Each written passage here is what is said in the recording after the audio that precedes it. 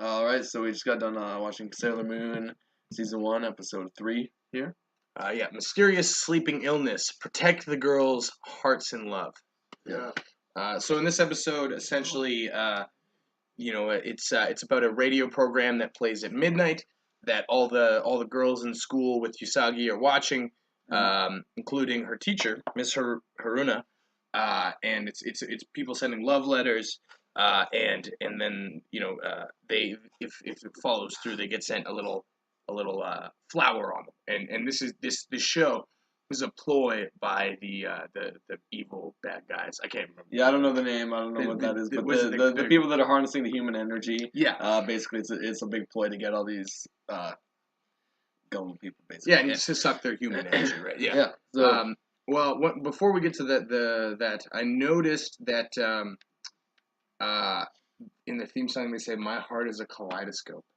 That's not something I entirely understand. And I'd like some clarification from whoever wrote the theme song. Yeah, My heart is a kaleidoscope. maybe it's open to the interpreter. Maybe it is. I mean, that's the with good art, it's open to the interpreter for sure. And I also had a second question in general, and that's why sailor? Why sailor? What makes them sailors, right? I don't really understand why sailors, because there's nothing going on with them. Shut it. And the name of the monster of the week in this episode is Flova, I believe. Flova, yeah. Flova. Is that right? Did you get the same thing? Yeah. I believe that was the case. Yeah, which I think is alluding to, I don't know if that's probably flowers, maybe. Exactly, I think that's really. So I was thinking. So Sailor Moon has a pretty strong community, right? From what we've gathered with our research. With that, she's kind of popular. Well, the show is. Oh, the show, okay, yeah. In itself, and I'm wondering if these like one-off Monster of the Week characters get cosplays. Yeah. Like if people cosplay one, and because I know it's that big of a thing. That's big of a show, and I think people kind of want to be unique with their cosplaying, and we'll do little things like that, like Monster of the Week. Oh, you don't know where this is from? So Weeaboo. I noticed this episode really pushed sort of a narrative of the sort of value of working hard and playing hard, sort of thing that seems to be a big theme within Sailor Moon. In that at the beginning of the episode, mom and dad are having a joke, and there's this disease that's going around. So that is putting people to sleep. Everybody, you sleep forever. You sleep forever. Yeah.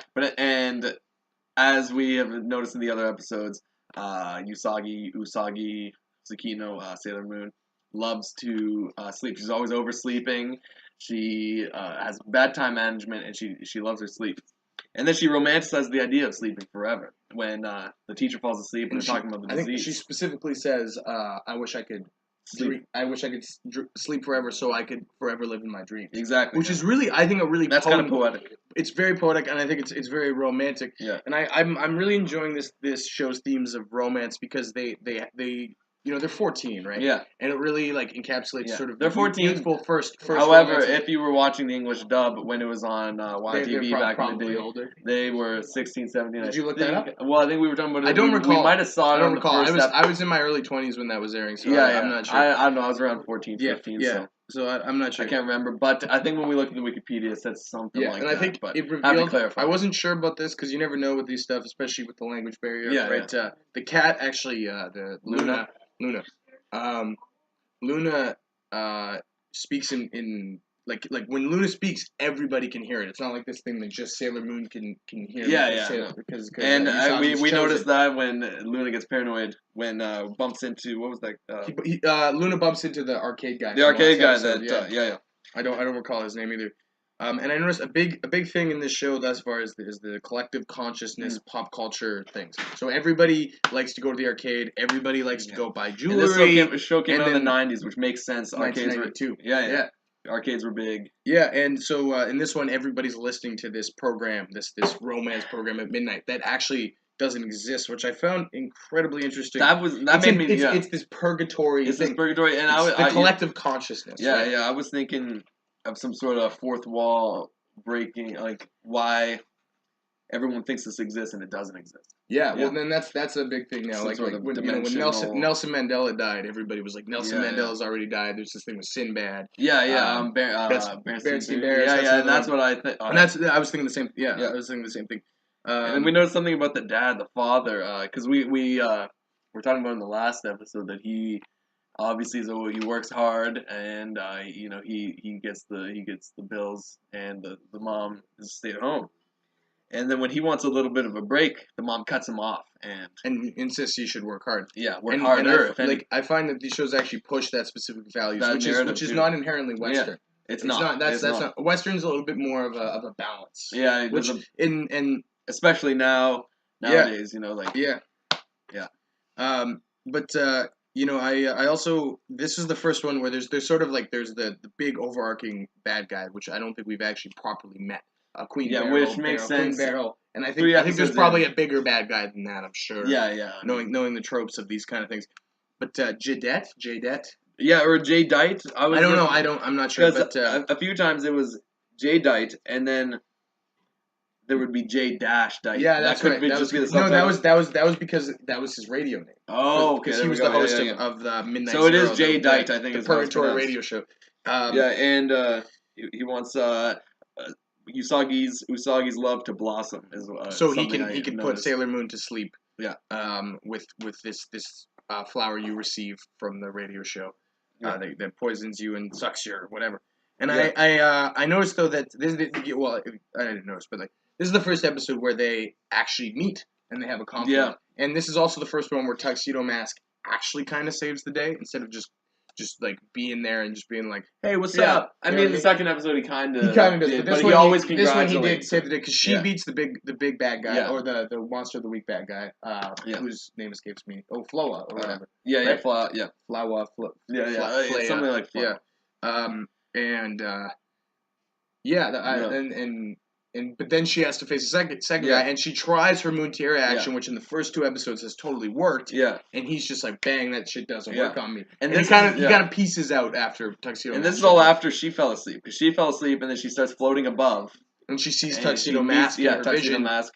And she wakes up and realizes that living in a dream is actually a bad. But we forgot to mention she got her new power, Moon Power Pen. She got the Moon Power Pen, and she seemed just to be more, I don't know, attractive, I guess. In a weird way, she appears older. She's she trying to be a different haircut, and she's trying to infiltrate the radio station to get to the bottom of Midnight Zero. Yeah. And initially with the purpose of sending a love letter, but inevitably with the kind of guidance to solve the problem. Exactly, and the kind of ghoul, whatever, the bad guy in this episode says, "This is how you die."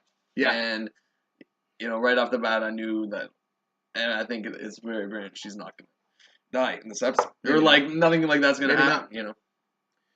So she obviously, and then Jadeite wants to fight, and she's not super down. Stops the Moon Tiara. The it's essentially a boomerang. Yeah, which is supposed to work. Boomerang. Yeah. Well, thus far. But I talked in the last review about how the show clearly has a repetitious cycle, and I think that it's using that against you because this episode broke it a little bit, but it also because it's still rounded up like it I started to be does. like, oh, there's the Moon Tiara action. It makes me feel comfortable and good, and I like it. Actually works. I think the repetition actually works, and I also liked the prophetic dream with her and Tuxedo Mask. I like. Because that likely they'll inevitably end up together at least. Exactly. As a proper maybe Batman and Robin. Yeah, Batman and Robin is probably bad. Bad example. I mean, and this is probably before, if anything. Yeah. And just before we wrap her up here, there's something not to do with the episode, but the soundtrack so far is really. It's really good. Really, I had not heard it before. J-Dad got a new. Yes, we heard a rock guitar riff when Tuxedo Mask steps on this rose. near the end of the episode, and it was a cool riff, and like I've just been really enjoying the music. soundtrack. The music. It's really great, and it's got that's this VHS quality to it. It's fantastic. Oh yeah, and that's besides the plot. I also noticed that the Japanese culture, well, maybe not Japanese culture, but this show specifically really fetishizes like crushes and romance. Oh like yeah, it's early like romance, a crush. Yeah. But it's the pre. It's not about actually dating. It's not about actually being like married. I'm into this. Into this person, and really loves the as I said before, purgatory. Yeah. In a different context. And the episode essentially ends with Tuxedo Mask leaving, and Usagi once again gets the hard eyes with the heart background, and that seems to be reoccurring. Yeah, the hard eyes. She's trying to write him a love letter, and then her friend who's a fellow student tells her that Midnight Zero is over. Yeah. But she's like, I'm just writing it for the greater good. Yeah. And then her and her teacher are pretty excited about that because romance and early crushes is exciting to these people in this universe that we're spending our time with. Yeah. Anyways, thanks for watching. Thanks for watching.